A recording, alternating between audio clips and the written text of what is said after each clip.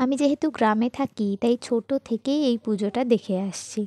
আমাদের গ্রামে আগে প্রায় সকলের বাড়িতেই এই পুজোটা হতো। এটা ইতু পুজো। আমাদের এখানে এটাকে ইতু পুজোই বলে। যাই হোক, এই পুজোর শেষ দিনে মানে যেদিন ঠাকুর ভাসান দেওয়া হয়, সেই দিনে মা বলে যে একটু গুঁড়ি হাত করতে হয়, মানে পিঠে বানাতে হয়।